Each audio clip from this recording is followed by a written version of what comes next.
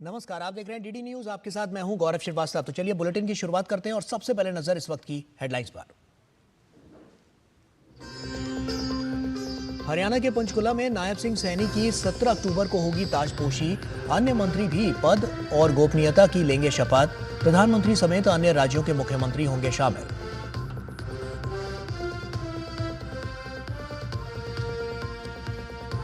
बुराई पर अच्छाई की जीत का प्रतीक दशहरा आज। राष्ट्रपति द्रौपदी मुर्मू और प्रधानमंत्री ने देशवासियों को दी बधाई। आज शाम को लाल किला परिसर में होने वाले रावण दहन कार्यक्रम में होंगे शामिल।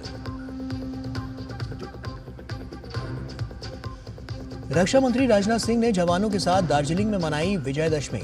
विधि विधान के साथ की शस्त्र पूजा। शास्त्रों और शस्त्रों की पूजा को बताया उनके प्रति आभार व्यक्त करने का तरीका।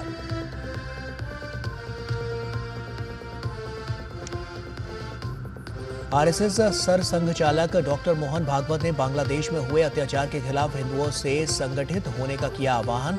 आरजीकर अस्पताल में हुई शर्मनाक घटना के अपराधियों को संरक्षण देने पर भी साधा निशाना।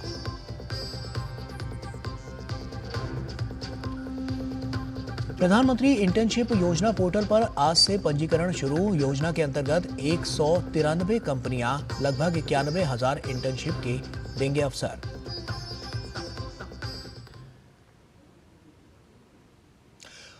और आइए खबरों की शुरुआत करते हैं और सबसे पहले नजर इस वक्त की बड़ी खबर पर डालते हैं। आपको बता दें इस वक्त बड़ी खबर सामने आ रही है हरियाणा विधानसभा चुनाव से जुड़ी हुई।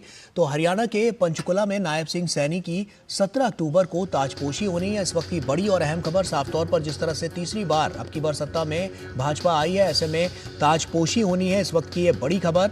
और अन्य मंत्री भी पद और गोपनीयता की यहां पर शपथ लेंगे। प्रधानमंत्री समेत अन्य राज्यों के मुख्यमंत्री यहां पर शामिल होंगे। इस वक्त की बड़ी और अहम खबर। जिस तरह से हमने हरियाणा में देखा ऐतिहासिक जीत भारतीय जनता पार्टी को मिली और उसके बाद से अब जो है वो 17 अक्टूबर की वो तारीख मुकम्मल कर दी गई है जिस दिन ताजपोशी होगी नायब सिंह सैनी की। इस वक्त की बड़ी और अहम खबर।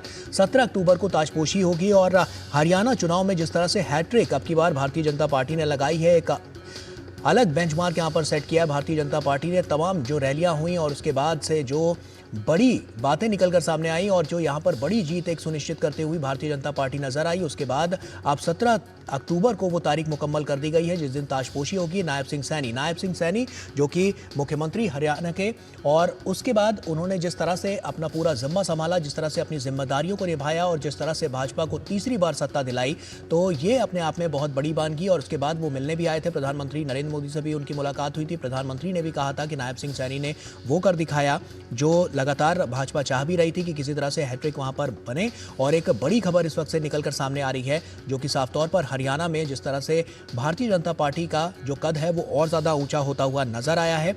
और जो तमाम रैलियां और जो तमाम वहां पर रोड शो हुए और जो लोगों को लुभाने के लिए जो वादे किए गए वो लोगों तक, जनता तक पहुंचाने का जो काम था वो नायब सिंह सैनी ने भरपूर करके दिखाया। और इसी वजह से उनकी ताजपोशी 17 अक्टूबर को होगी। तो इस वक्त की ये बड़ी और अहम खबर जो कि साफ तौर पर नजर आ रही है हरियाणा चुनाव से जुड़ी हुई। तो हरियाणा विधानसभा चुनाव में जो जीत है वो भाजपा की हुई और हैट्रिक लगाने में, सरकार बनाने में भाजपा तीसरी बार वहां पर सफल हुई है। और ऐसे में 17 अक्टूबर की वो तारीख मुकम्मल कर दी गई है जिस दिन भारतीय जनता पार्टी की तरफ से वहां पर मुख्यमंत्री नायब सिंह सैनी वहां पर शपथ ग्रहण समारोह रखा गया है उनका। और साथ ही साथ तमाम ऐसे मंत्री हैं जो वहां पर मौजूद रहेंगे और वो भी शपथ लेंगे। और इसके अलावा प्रधानमंत्री नरेंद्र मोदी भी वहां पर शपथ ग्रहण समारोह में शामिल होंगे। आकांक्षा हमारी सहयोगी हमारे साथ जुड़ चुकी हैं फोन लाइन पर। आकांक्षा, साफ तौर पर बड़ा दिन 17 अक्टूबर की वो तारीख मुकम्मल हो चुकी है, तो ऐसे में क्या तैयारियां वहां पर नजर आ रही हैं क्योंकि भाजपा ने हैट्रिक लगाई है?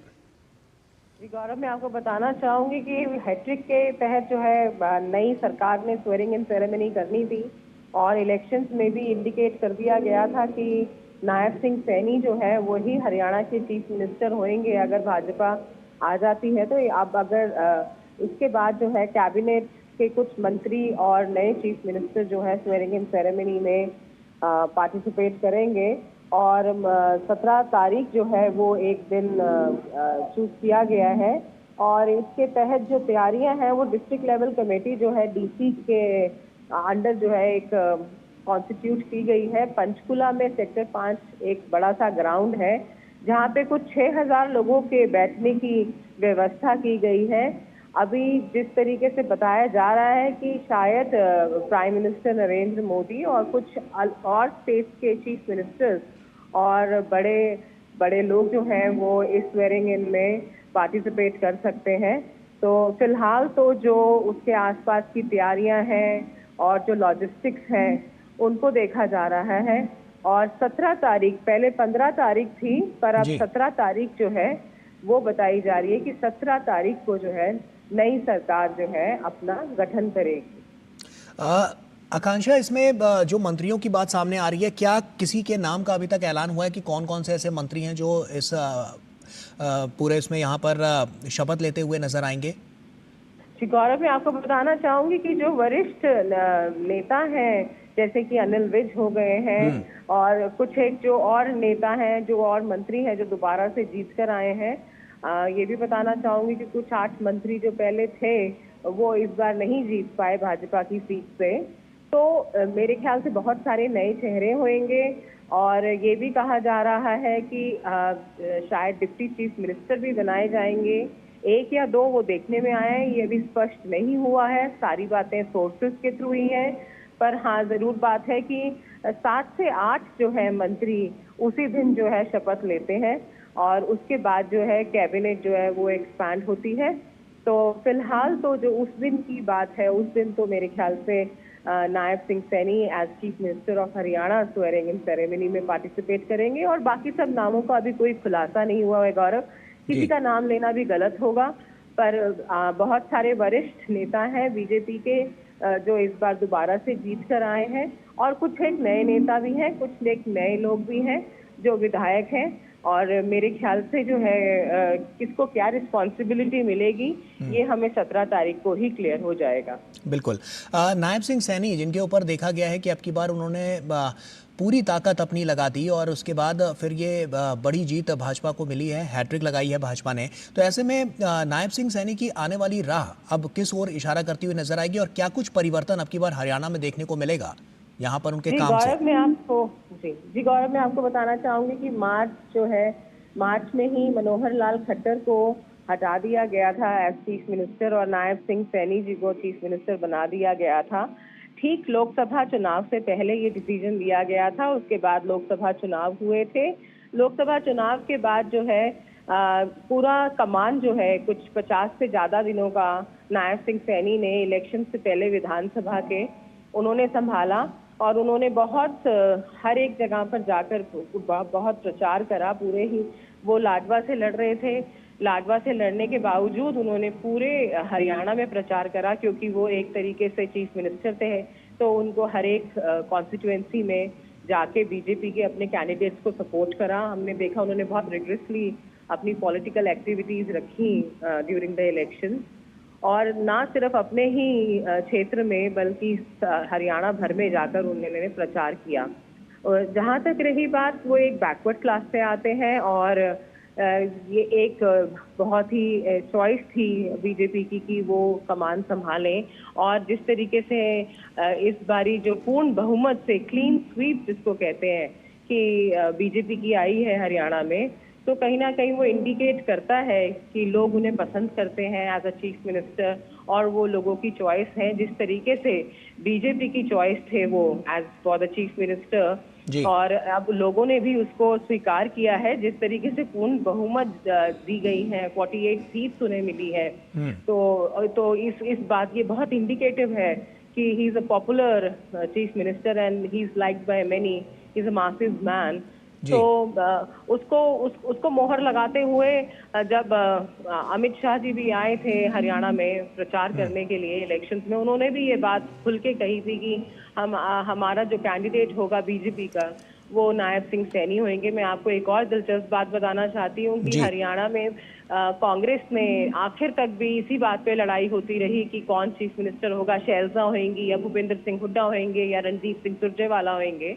पर बीजेपी बहुत क्लियर कट सामने आई थी अपने कैंडिडेट को नाम लेके। कोई भी और जो पार्टी थी वो अपने कैंडिडेट को बीजेपी अपने सीएम कैंडिडेट का नाम जो है वो घोषित करके नहीं चुनाव लड़ रही थी। पर बीजेपी पहले दिन से बहुत क्लियर थी कि नायब सिंह सैनी ही जो है वो लीड करेंगे इलेक्शंस को भी, और अगर हम जीत जाते हैं तो वो हमारे चीफ मिनिस्टर होंगे। निश्चित तौर पर आकांक्षा, साफ तौर पर नायब सिंह सैनी की जो जिम्मेदारियां हैं वो और ज़्यादा बढ़ जाएंगी, क्योंकि अब की बार हैट्रिक तो लगाई गई है, तीसरी बार सत्ता में आई है, तो जो रफ्तार है विकास की और जो काम की है उसमें भी तेजी तिगुना रफ्तार से नजर आएगी। आकांक्षा। बिल्कुल गौरव, बिल्कुल आप जो जिस तरीके के वादे किए गए थे, जिस तरीके से लोगों ने अपना विश्वास जो है जोड़ा है बीजेपी के साथ, और जिस तरीके से पूर्ण बहुमत के साथ जो है बीजेपी आ रही है, तो निश्चित तौर पर एक बहुत बड़ी रिस्पॉन्सिबिलिटी बन जाती है उनकी कि वो सबसे पहले आके जो वादे करे थे उन्हें पूरा करें।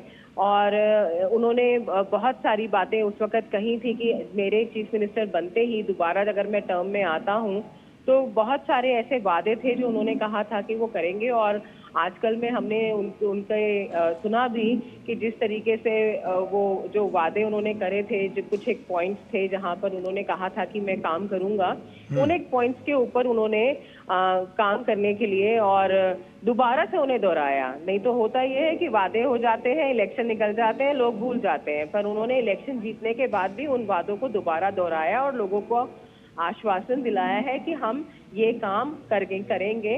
तो एक दोहरी रिस्पॉन्सिबिलिटी हो जाती है, एक एंटी इनकम्बेंसी फैक्टर जो गौरव लोग बोल रहे थे, शायद उससे भी जब प्रचार किया, जब लोगों तक जन जन तक गए वो, तो शायद उनको भी पता चला कि कहाँ पे किस तरीके की खामियां सरकार की है, जो 10 साल में वो उन्होंने उस इलेक्शन से पहले भी जनता दरबार लग रहे थे, पर उसके बावजूद भी जो भी लोगों के बीच में नाराजगी थी या जिस तरीके का भी अगर कोई उनको फीडबैक मिला था, तो निश्चित तौर पे अगर उनको एक बार और मौका मिला है तो वो उन सब फीडबैक को और जो उसके लिए जो भी काम करना होगा पॉजिटिव तरीके से, क्योंकि एक बार और टर्म मिलने का मतलब ये है कि उनको एक बार और मौका दिया है, तो उनको एक बार और हरियाणा की जनता के लिए काम करने का मौका मिलेगा। तो निश्चित तौर पर आप बिल्कुल ठीक कह रहे हैं कि उनके ऊपर नई रिस्पॉन्सिबिलिटीज हैं, और पिछली बारी तो सिर्फ 54 डेज 50 से कुछ ज्यादा ही दिन के बाद ही इलेक्शन डिक्लेयर हो गए थे, पर उतने में भी उन्होंने जिस तरीके से जो प्रचार किया, जिस तरीके से काम किया, अगर वही स्पीड से आप मेरे ख्याल से अगले 5 साल काम करेंगे तो लोगों तक जो है बहुत सारी सुविधाएं और बहुत सब कुछ पहुंच पाएगा। तो अब उनके लिए बहुत बड़ी रिस्पॉन्सिबिलिटी बन जाती है कि तीसरे टर्म में आके अब उनका कार्यकाल थोड़ा ज्यादा भी होगा, उनके पास ज्यादा समय भी होगा। उस छोटे से समय में भी वो बहुत कुछ उन्होंने ऐसा कुछ किया कि जिस तरीके से पूर्ण बहुमत मिली है बीजेपी को, लोगों ने अपना विश्वास जताया है, तो आगे के 5 साल जो बहुत लंबा टर्म है, तो देखने में आएगा कि किस तरीके से सरकार अपना काम करेगी। बिल्कुल, बहुत बहुत शुक्रिया आकांक्षा तमाम जानकारियां हमसे साझा करने के लिए। तो इस वक्त की ये बड़ी खबर, तो 17 अक्टूबर को शपथ ग्रहण समारोह हरियाणा के पंचकुला में होने वाला है, और इसके लिए अब जो तमाम तैयारियां हैं वो शुरू हो चुकी हैं, और तमाम मंत्री भी यहां पर गोपनीयता की शपथ लेते हुए नजर आएंगे। तो भारतीय जनता पार्टी ने जो अपने चुनावी वादे किए थे, जनता ने उस पर मोहर लगाई, और साफ तौर पर अब की बार हैट्रिक लगाने का मौका भारतीय जनता पार्टी के पास आया। और उसके बाद अब भारतीय जनता पार्टी आगे जो हरियाणा को लेकर यहाँ पर जो तैयारियां हैं वो साफ तौर पर नज़र आ रही हैं, और भारतीय जनता पार्टी अब आगे की जो पारी है भारतीय जनता पार्टी की, उसको अब पूरे ज़ोर शोर के साथ आगे बढ़ाती हुई नज़र आएगी। और प्रधानमंत्री समेत तमाम राज्यों के मुख्यमंत्री भी यहाँ पर शामिल होंगे। तो इसी को लेकर ये तैयारियां हैं इस वक्त की बड़ी और अहम खबर, क्योंकि हरियाणा में जिस तरह से चुनाव हुआ उसमें भारतीय जनता पार्टी ने जो प्रचंड जीत हासिल की है वो लोगों की जीत है, और लोगों को जिस तरह से सरकार द्वारा जो तमाम योजनाएं चलाई गई, परियोजनाएं चलाई गई, उसका सीधा फायदा मिलता हुआ नजर आया। और इसी के दम पर जब लोगों ने बढ़ चढ़कर वहां पर वोट दिया तो भारतीय जनता पार्टी ने हैट्रिक लगाई, और उसके बाद अब नई सरकार का गठन 17 अक्टूबर को होने वाला है, और उसके बाद से नई प्रणाली यहाँ पर देखने को मिलेगी हरियाणा के विकास के लिए, यहाँ के लोगों के लिए, यहाँ की इच्छा शक्ति के लिए, और साफ तौर पर आने वाले भविष्य के लिए। तो तमाम ऐसी कवायदें हैं जो लगातार सरकार द्वारा यहाँ पर चलाई जाएंगी। और आइए अब आपको सुनाते हैं कि मनोहर लाल खट्टर ने इस पर क्या कुछ कहा है। आइए सीधे सुनते हैं और आपको भी सुनवाते हैं। 17 तारीख को प्रधानमंत्री जी का नोट हमको मिल गया है, तो 17 तारीख को पंचकुला में और मुख्यमंत्री जी और अन्य जो मंत्रिमंडल के साथी हैं उन सब का शपथ ग्रहण समारोह पंचकुला में होगा। तो सुना आपने कि क्या कुछ कहना था मनोहर लाल खट्टर का, और 17 अक्टूबर को अब यहाँ पर ताजपोशी होती हुई नजर आएगी। ऐसे में तमाम मंत्री भी ऐसे हैं जो यहाँ पर शपथ और गोपनीयता की यहाँ पर शपथ लेते हुए नजर आएंगे, क्योंकि काफ़ी महत्वपूर्ण ये पूरा दिन हो जाएगा। और जिस तरह से जो अब की बार जोर आजमाइश भारतीय जनता पार्टी की तरफ से की गई है, उस पर हैट्रिक भारतीय जनता पार्टी ने लगाई है। जब लोगों ने मोहर लगा दी, लोगों ने वोट दिया, तो भारतीय जनता पार्टी अब की बार तीसरी बार सत्ता में काबिज हुई है और अब की बार तिगुनी रफ्तार से आगे के विकास कार्यों पर साफ तौर पर नजर डाली जाएगी। तो एक नई सरकार का गठन होगा 17 अक्टूबर को, और उसके बाद से आगे की प्रणाली वहाँ की विकास को लेकर और विकास की बयार को लेकर बढ़ती हुई वहाँ पर नजर आएगी। आइए अन्य खबरों का अब रुख कर लेते हैं। आपको बता दें कि बुराई पर अच्छाई की जीत का प्रतीक आज विजयदशमी के अवसर पर आज लाल किला परिसर में रावण दहन किया जाएगा। राष्ट्रपति द्रौपदी मुर्मू और प्रधानमंत्री नरेंद्र मोदी इस मौके पर उपस्थित रहेंगे।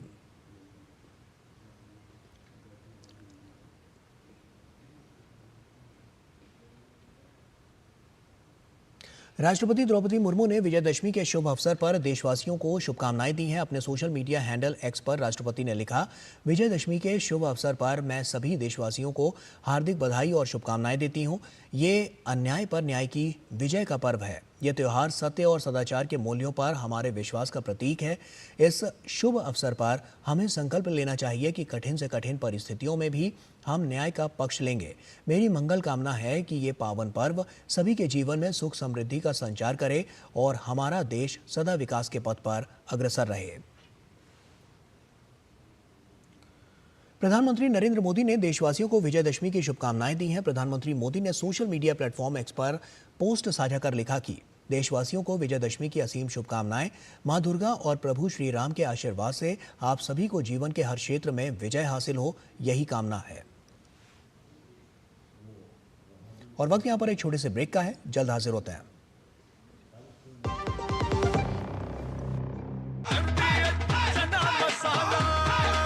अब छोलिया हो या लोबिया, सफेद चने या काले चने, सब कुछ मजेदार बने।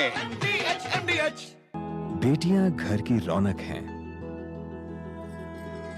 बेटियां घर संवारती हैं। बेटियां पीढ़ियां सजाती हैं।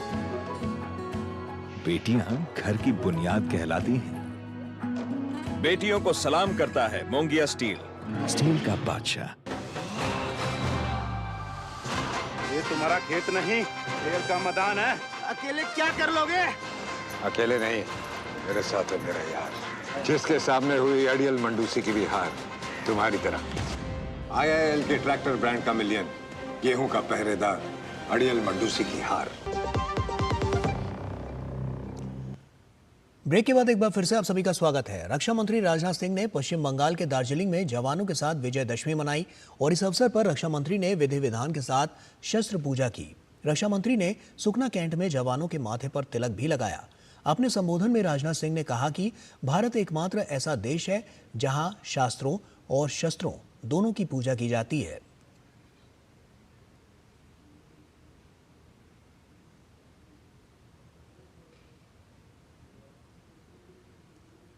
मैं आप सभी को विजयादशमी के इस पावन पर्व की हार्दिक बधाई देता हूं और आपके परिवारजनों को भी मैं अपनी हार्दिक शुभकामनाएं देता हूं। साथियों, भारत संभवतः इकलौता देश है जहां शास्त्रों और शस्त्रों की एक साथ पूजा होती है, यानी शास्त्र और शस्त्र को समान आदर के भाव से भारत में देखा जाता है। यह हमारी उस विशाल और महान सांस्कृतिक परंपरा का प्रतीक है जिसमें हम किसी भी वस्तु का उपयोग करने के पहले और बाद में उसके प्रति कृतज्ञता ज्ञापित करते हैं। और उत्तर प्रदेश के मुख्यमंत्री योगी आदित्यनाथ ने गोरखपुर के गोरखनाथ मंदिर में विजयदशमी के अवसर पर पीठ की परंपरा अनुसरण करते हुए श्री नाथ जी भगवान की पूजा अर्चना की। इसी के साथ उन्होंने विधि विधान से श्री नाथ जी की आरती उतारी। नागपुर स्थित राष्ट्रीय स्वयंसेवक संघ के मुख्यालय में आज विजयदशमी उत्सव मनाया गया। इस अवसर पर सरसंघचालक डॉक्टर मोहन भागवत ने शस्त्र पूजा की। पद्म भूषण और पूर्व इसरो प्रमुख के राधाकृष्णन भी इस कार्यक्रम में मुख्य अतिथि के तौर पर मौजूद रहे। इस मौके पर केंद्रीय मंत्री नितिन गडकरी, महाराष्ट्र के उप मुख्यमंत्री देवेंद्र फडणवीस और पूर्व इसरो प्रमुख के सिवन भी उपस्थित रहे। 27 सितंबर 1925 में विजयदशमी के दिन ही संघ की स्थापना हुई थी।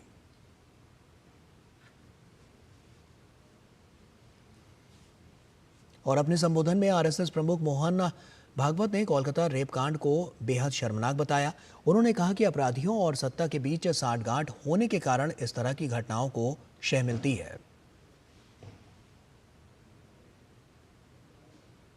कलकत्ता में जो हुआ आरजीकर अस्पताल में, लज्जाजनक घटना है, हम सबको कलंकित करने वाली घटना, और ये एक नहीं है, घटना होने ही नहीं देना, इसलिए चौकन्ना रहना चाहिए, सुरक्षा देनी चाहिए। परंतु होने के बाद भी वहां जिस प्रकार से टालमटाल का प्रयास हुआ, अपराधियों को संरक्षण देने का प्रयास हुआ, ये जो अपसंस्कृति फैली है, उसके साथ अपराध और राजनीति का जो गठबंधन हो गया है, उसके ये परिणाम है। और बांग्लादेश का जिक्र करते हुए मोहन भागवत ने कहा कि वहां हिंदुओं पर अत्याचार करने की परंपरा दोहराई गई।